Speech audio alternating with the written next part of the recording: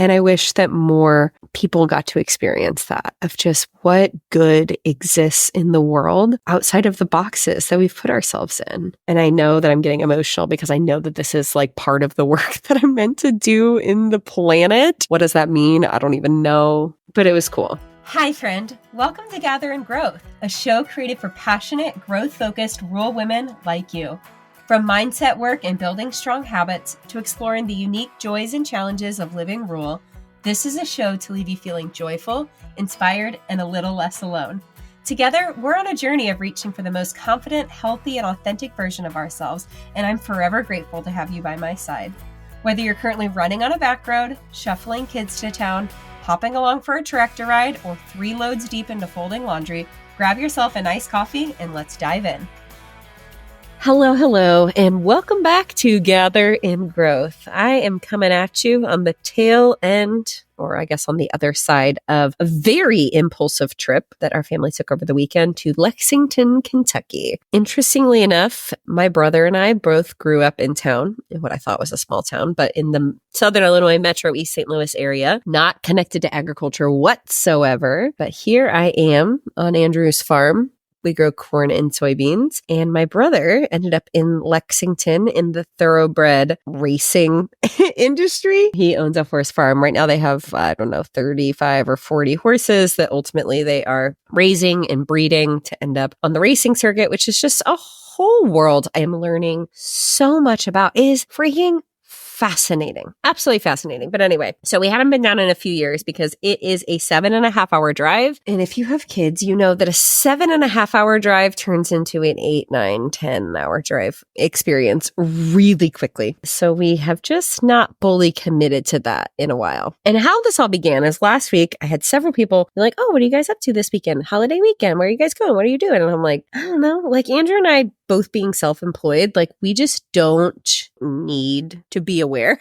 of holidays as much as like when I was working for places where we had the day off or things like that, because in the realm of being self-employed, we can always be working or never be working. And so it hadn't even crossed my mind, but I'm like, you know what? We have an open weekend. We haven't been to Lexington in a hot minute. Let's go. But this had no planning whatsoever. I mean, I literally booked the VRBO the morning of, which required me requesting to book for the following day because I actually couldn't even select the day of, messaging the person and being like, hey, actually, we need to stay tonight. Is that okay? And thankfully, they were like, yep, that sounds great.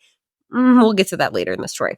Needless to say, we were so underprepared. I hadn't even done laundry yet. So here I am the day that we went to leave trying to do 5 loads of laundry with a dryer that half works. Nothing is packed. Nothing is ready, which works decently if we're just like going down to my parents' house because it's like 2.5 hours away. We load the car haphazardly. We get there, we unload. It's fine. But packing for a road trip where you in and out of the car in many different situations is a totally different requirement. Now, last summer, we took our family on like a, 9-ish day road trip, and I packed exceptionally. I don't remember if I talked about this in a podcast episode, so maybe this is new information, or maybe you've heard this before. Every single person for every day, I packed in a Ziploc bag. I had it all organized in totes, even like the kids' activities, their stuff, like their snacks, everything was like so thoughtfully, meticulously packed. So it was like super easy to find what we needed. Everything had its place. Everything was just like organized, ready to go, like truly flawless. That is not the same brain that we used to pack for this trip. It was basically like throw everything into suitcases, put a bunch of stuff in the car, and like we're good to go. But y'all, we were not good to go. It's like, you know that quote, if you fail to plan, you are planning to fail. That is what happened. So that is one of many lessons, reminders, whatever you call it, that I want to extract out of our weekend experience and present to you as we head into summer. Now, I'm not just talking about vacation here. So if you're listening being like, we're not going on a trip or I don't need to know that. No, I am pulling out the lessons from our trip that you can apply to your family, to your health, to your business, to your summer, to your vacation, to your anything. Because I feel like over the past 4 days, I just need to process what even happened, make sense of it, and make some changes. So I'm going to share share some things that worked really, really well. I'm going to share some challenges, and I'm going to share some ideas. Hopefully there's a little nugget in here that you can take it away and apply to whatever it is that you are considering or that is on your heart. Or if anything, you can just laugh alongside me because there are quite a few moments here that I'm like, what even just happened? So first is our chaos planning. Okay, I got kids. I was feeding the baby and packing my suitcase when the kids packed their car. Their only requirement was like, put some things in the car to like play with and entertain yourself. But like neither of them put these things in a backpack. They just had like piles of stuff, which like I give them so much credit that they brought the stuff. But like, what? We got 2 suitcases, which was great, except for we couldn't get in and out of them. We got just like random things thrown in the car. It was actually chaos. A reminder for me in planning the car or in planning my life is if you do not make a plan and you are flying by the seat of your pants, like it will continuously be chaos. Now, there are different levels of comfort with that. Like part of me is just like, whatever, this is chaos. We have 3 kids. It's all chaos. But also like the number of things I was picking up, the trash that I was picking up, the like frustrations I had, just like the sheer amount of things. I have a brain in my head that knows how to plan better. Why did we not use that? I could have saved myself so many headaches along the way. And it was fine. This is not a crisis, but like, here's how this applies to my life. I know how to make a plan. I know how to make a to-do list. I know how to make a project list. I know how to reverse engineer goals. Like I do this so well with so many of the women that I coach and work with is like, okay, what is the overarching goal? When do you want to have that done by? How do we reverse engineer that? What needs to be done on this specific week? How do we turn that into like what needs to happen on a day-to-day basis? Even just sitting down for the workday. Like theoretically, I know this, much like I know how to pack a car. Like I have done it very successfully. I just thought I was going to wing it and be successful. Now, was it fine? Absolutely. Did it work? Absolutely. Was I frustrated with it every step of the way? Mm-hmm. But you bet your bottom dollar, I do the same stuff sometimes when it comes to work. I know how to make all these plans. I know what works really well with my brain. I know how to set myself up for success. But the number of times I sit down and I'm like, I don't even know what I need to get done today. I know I have a mile-long to-do list, but nothing needs to be done this very instant. So I guess I'll just sit here and do nothing, click around on my email, open Instagram. Like, what? So do I have the magic solution for you for that? But here's your reminder that you probably know what you need to do. You know what needs to get done. I know what needs to get done. I know how to set myself up for success. And so often I tell myself, it'll be fine. I'll just figure it out. I'm just going to wing it. I'm just going to show up. I'm just going to do something. Then I get to the end of the day or the end of the week or the end of the month or the end of the quarter. And I'm like, what in the world did I even do here? I think that goes into like my second lesson. I did like type out a list of, okay, what are some things that happen and like, what are some takeaways? But I think I'm going to go out of order here because why not? I'm learning. I'm getting curious. I'm starting to understand where this comes from. I used to just tell myself stories like, oh, I'm lazy. I'm unproductive. I don't manage my time well, things like that. First of all, there's a lot wrapped up in this in my ADHD. And that's something I want to continue unpacking is how do I set myself up for success in that? And I know as part of that, it's a major dopamine thing. It is so much more convenient to do what is easy or what's right in front of us than like what we really want. And so I feel like I'm constantly like kind of playing this between myself is like what I know I put this in air quotes, should be doing, and then what like I default back to. And then I like go back and forth of like, okay, but what if it's not a problem? Or what if I do this? What do I feel like I should be doing? What are the expectations? But then getting frustrated with myself because I don't do the things that I say I want to do. Like what I know and what I do are sometimes misaligned. There's a whole, I mean, that's like several podcast episodes that we could unpack. But one thing I know is that like, even just on this trip, I stayed up so stinking late. First of all, we were just out of our routine, as you do on vacation when you're with other people doing other things out and about. Like we got to bed so stinking late, but then I couldn't fall asleep. So I would just scroll on my phone. I don't even like it. I know that it doesn't feel good. I know it doesn't make me feel better. I know it puts me in a place of comparison. I know that it is not good for my brain. And I know that I would rather be sleeping. But what do? I keep scrolling. I had 2 books within arm's reach and I'm still scrolling my stinking phone, chasing that dopamine. So this is the advice I'm giving myself. You have to be willing to give up what's easy for what you really want.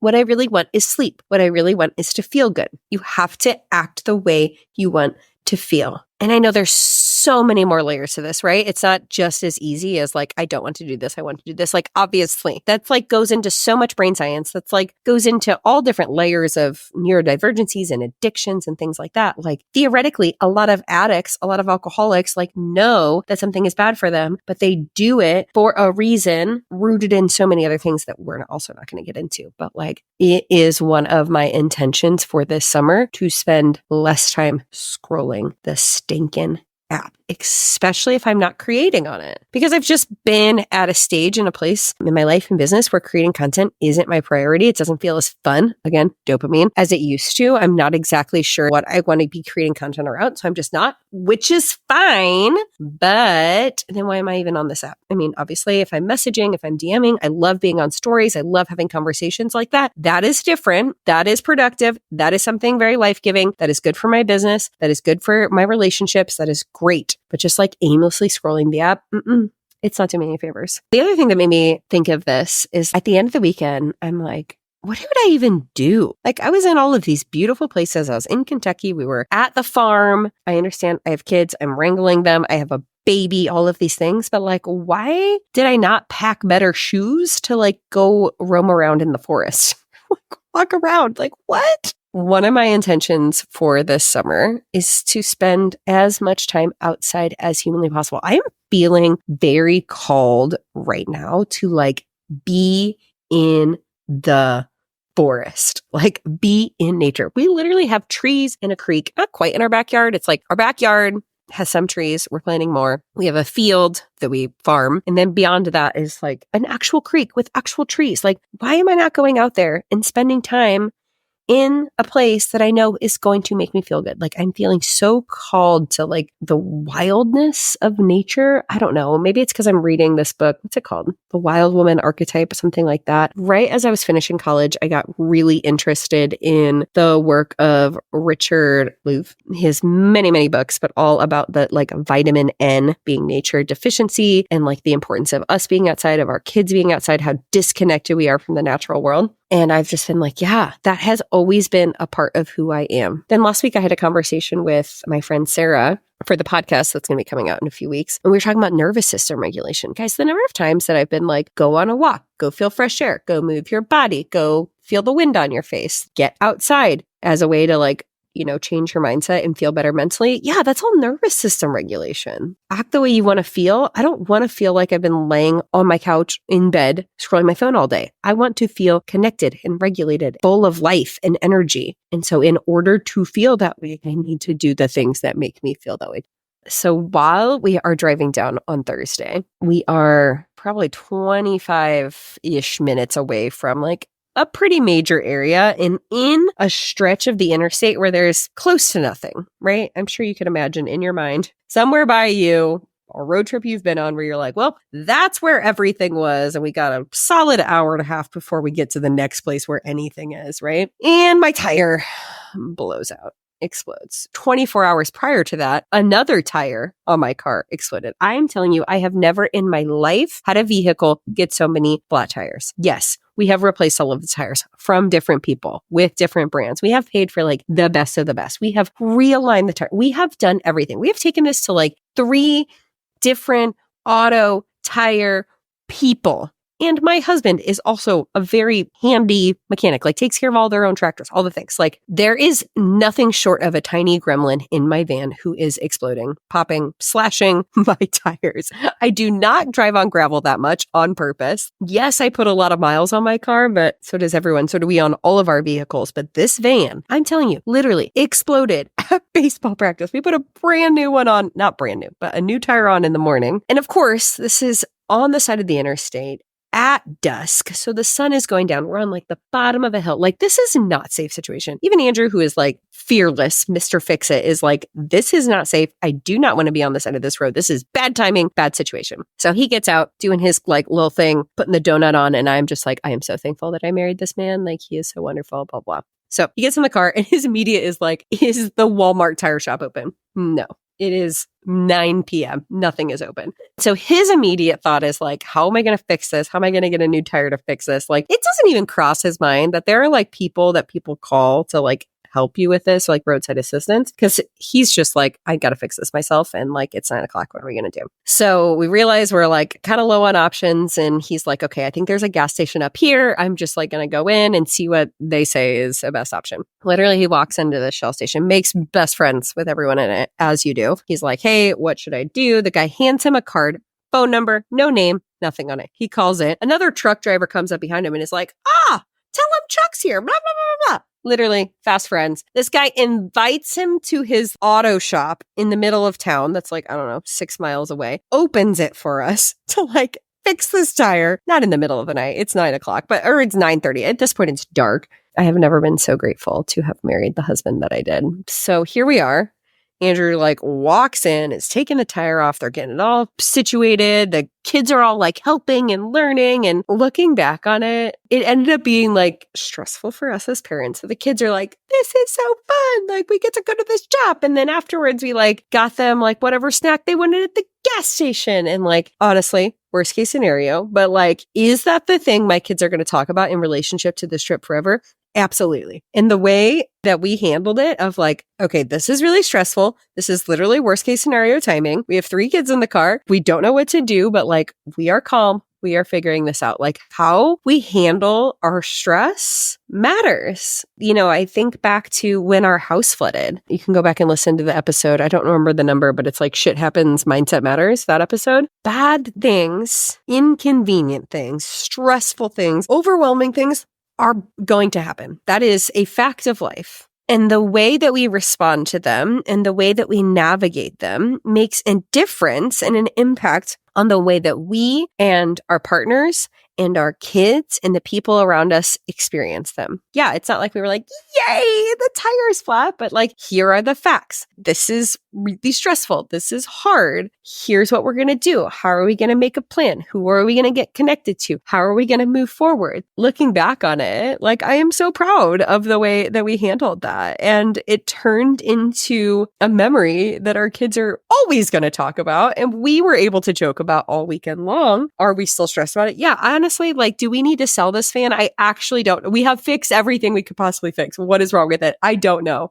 But sometimes those moments of crisis lead to the things that we remember the most. You know, when our house flooded, 38,000 gallons of water literally went through our house. It was arguably one of the most stressful, overwhelming, unknown things that we've ever been through. And when I look back at that time, I'm like, oh, like it was kind of fun staying in the cabin, and look at the way we handled it. And like the kids remember it, the number of times on this trip alone, they were like, Dad, we turned off the water, right? In a kind of serious, but also kind of joking way. It's just really shown me the power that we have as humans who are healing and learning to regulate and nurturing our mindset and working on the way that we relate to ourselves and hardships and our kids and the world. It really makes a difference for not only us, but our families. When life inevitably throws a flat tire at dusk on an unexpected road trip your way, I want you to take that second to pause. How do we want to experience this situation? Yes, it's hard. It's stressful. Like it's overwhelming. I'm not sure what to do, but like taking that step and be like, how do I want to feel through this and on the other side of it? And I think that can apply to a lot of different situations when we feel scared or overwhelmed or don't have it all figured out. How do I want to navigate through this?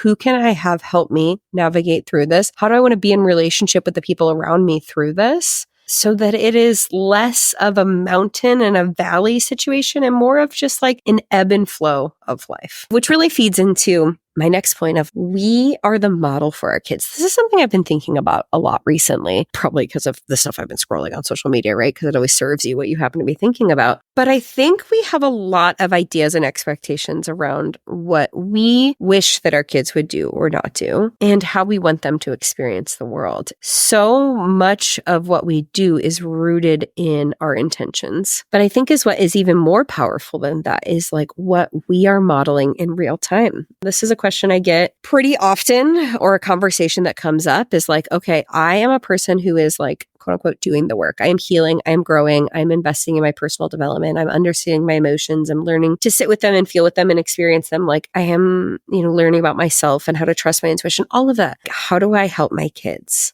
And I think we overcomplicate it because we just want to do a good job, right? We just want to raise these kids well. The most powerful thing that we can do is do it within ourselves and then model in real time what that looks like. When one of our kids does something, makes a mistake, whatnot, like how are we responding to them? How do we want them to respond, right? It's like when kids hit and then are immediately like hit by their parents, spanked, whatever you want to call it, what is that teaching them? They did something bad, like the same thing is happening to them as a result of it. Then when someone else does something to them that they think is bad, what is the immediate response going to be? And I know I see this when I have been like snippy and like short-tempered or irritated, and the way that I talk to my kids immediately comes out in the way that they talk to each other or me. And that's like, oh, gut punch, right? Because it is just a mirror. And that's why parenting kids is so hard and so triggering, because they are mirrors. They're mirrors for ourselves right now. They are mirrors for our inner child. They are mirrors for the things that we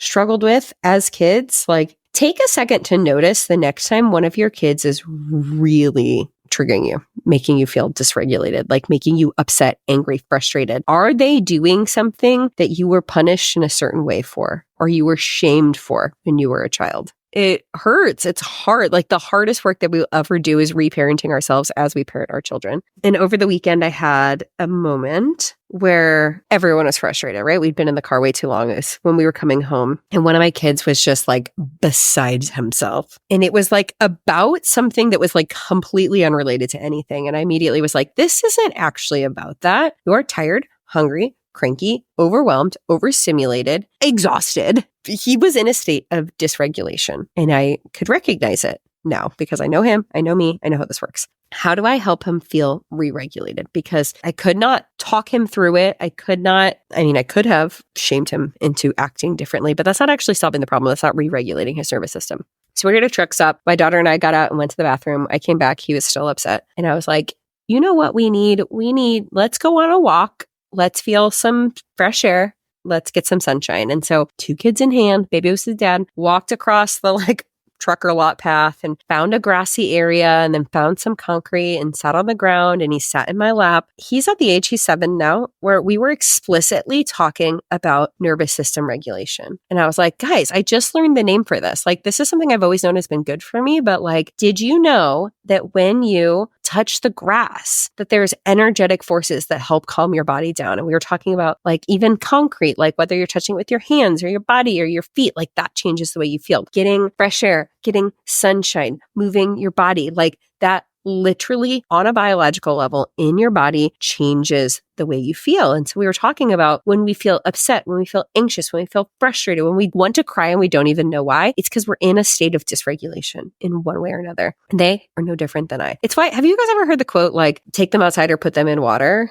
I feel like there was like a Facebook post that was like circulating over and over and over again about how, like, with your kids, if all else fails, if everything's going to hell in a handbasket, take them outside or put them in water. This is literally why when we touch the elements of the earth, when we are exposed to that, it helps us re-regulate. And so yesterday was such a powerful example for me of like how I could help them understand this new piece of information, this new piece of the puzzle that I've recently come into awareness to. And it's not like I didn't know this already. I just didn't have the language for it. We literally like talked about it. We were sitting there. I was talking about how snuggling or like petting an animal, like all of that helps co-regulation, right? Like we share our calm with them. Like we are people who are meant to be with people. We are meant to be touched. We are meant to feel the earth. Giving them a language for it was like, oh, okay. And that interaction could have gone so differently. I can imagine different versions of myself or different types of parenting that would have been like, stop crying. I'll give you something to cry about. Like, you're upset over nothing, like, which just turns into shame. So many of us can't sit with our emotions because we are carrying shame around them. We were never allowed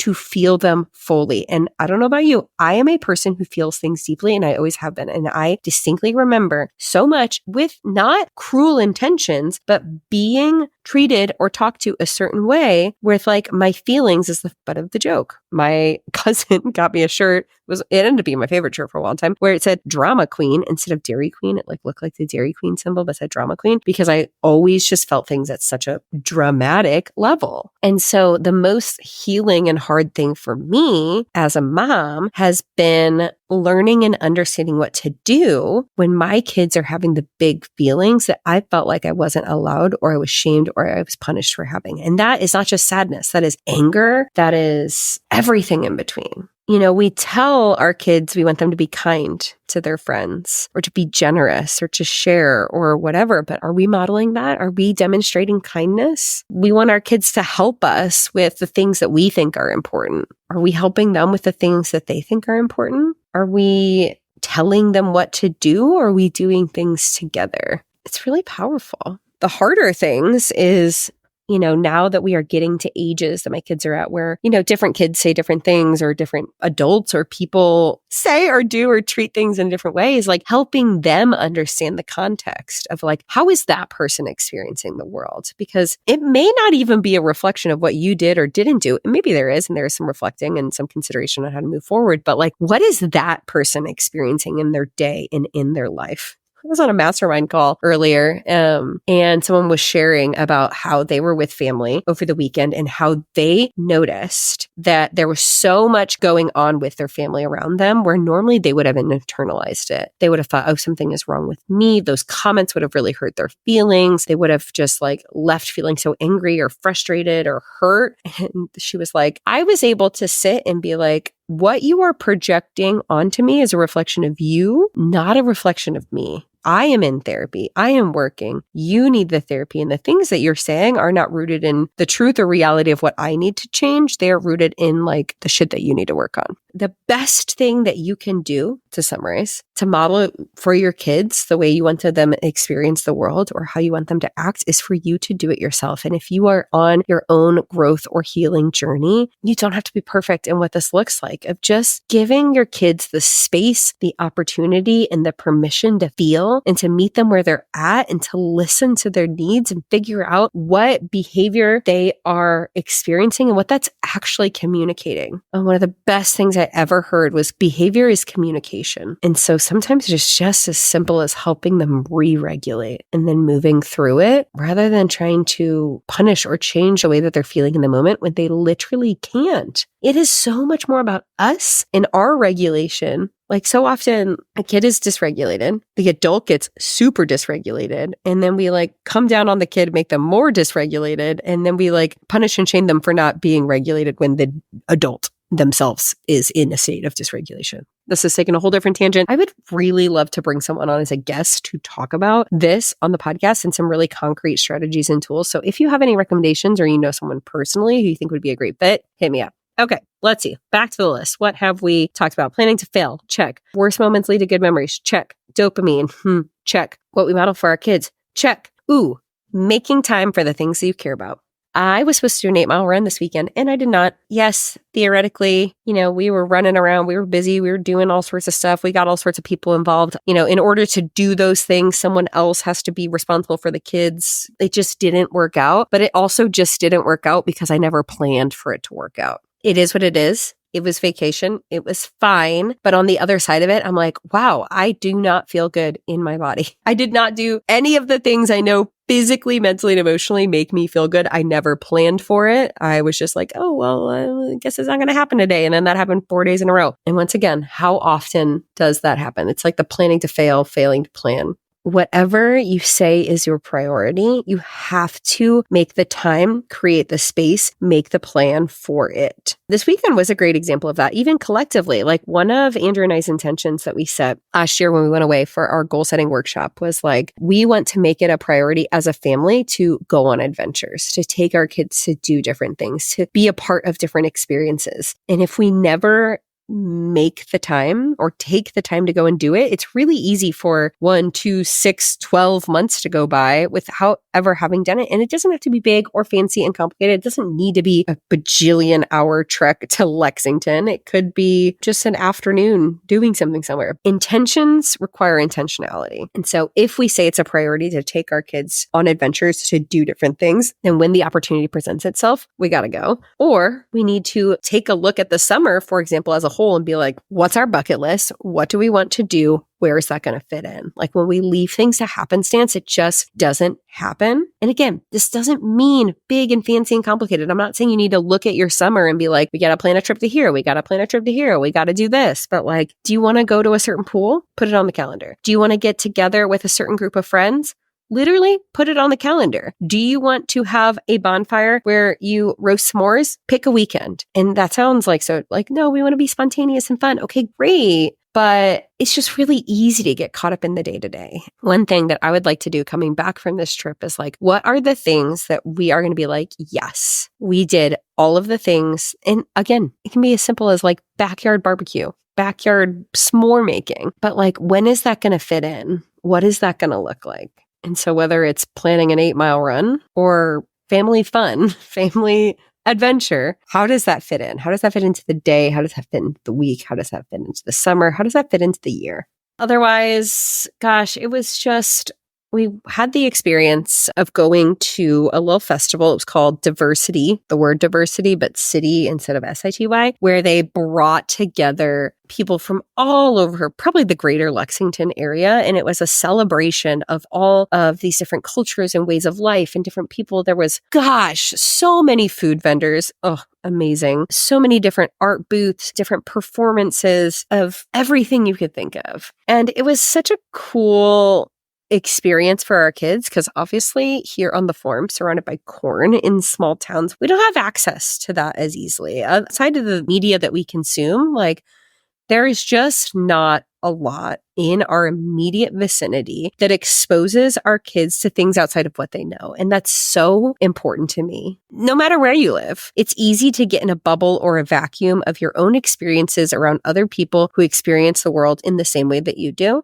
And so another takeaway from this weekend, which my kids loved, was just like, how do we break outside of the box? How do we weave in new ideas and new perspective and new people and ways of thinking and dreaming and being and existing so that we don't get totally siloed in just being in an echo chamber of people who think about the world in the same way that we do? Because every human on this planet is experiencing things differently based on the way that they were raised, based on the culture that they know, based on, the environmental factors, the family, cultural factors. And it's such a beautiful thing to be able to step outside of our comfort zone and be in community, be around humans that are different from us. My kids were probably the most pumped about all the free swag, the stress balls and like the pens and sunglasses and that from all the different booths and whatnot. But at one point, my daughter and I were sitting and watching all of these different dancers. Like there was a Polynesian group. There was a group doing, I'm sorry, forgive me, I do not know the correct term for it, but for lack of a better word, like belly dancing. Is there a better term for it? There probably is. I'm not sure. There was just all these different cultures and doing these different types of dances and performances that were familiar to them. And my daughter was just in there. She goes, Mommy, they're so beautiful. Like, I love, the colors. I love this outfit. I love their sparkles. Like every group that was coming up, she was just raving about how cool and special and beautiful. And I'm getting like tears in my eyes now. And I was just so thankful and proud to be in a situation where she is seeing the beauty represented from people that are different than her. And I just think that's really cool. And I wish that more people got to experience that of just what good exists in the world outside of the boxes that we've put ourselves in. And I know that I'm getting emotional because I know that this is like part of the work that I'm meant to do in the planet. What does that mean? I don't even know, but it was cool. It was very cool to get to go somewhere, do different things, be with different people, and get to enjoy and celebrate with our family. And my friend Kaya came over because she lives in Kentucky, not that far away now. And it was just great. There was a lot of things on this trip that I learned lessons from, was reminded of, which is important, right? It is important that we get reminded of the things that we know to be true, whether it's the way we take care of our body, the way we experience the world, the way we parent, the way we plan, the way we don't plan, all of the above. I think sometimes those things can kind of wake us up to what we know to be true, what we need to remember. Thank you for listening. I hope that there was something in here that was helpful for you. Sometimes the most simple things are what makes the biggest impact. So whatever you have on your calendar this summer, whether it is work, family, life, vacation, and anywhere in between, maybe there was a little nugget in here that reminds you of what you know to be important and true as well. And until next time, I'm so forever grateful for you. Have I told you today how much I appreciate you? I'd like to imagine this was a meaningful backyard patio kind of chat between friends sipping LaCroix at sunset. If you enjoyed today's show, please take a screenshot to share or forward this episode to a friend. You can also find me at Emily Rushell over on social to continue the conversation. It's truly a joy to hear what tidbits and takeaways made an impact on your day. As always, all links and resources mentioned in today's episode can be found in the show notes listed below or over at emilyrushell.com. Special thanks to my podcast manager, Jill Carr, for the time and love she puts into producing Gather and Growth for this community. What a blessing it is to be on this personal growth journey together. Forever grateful for you.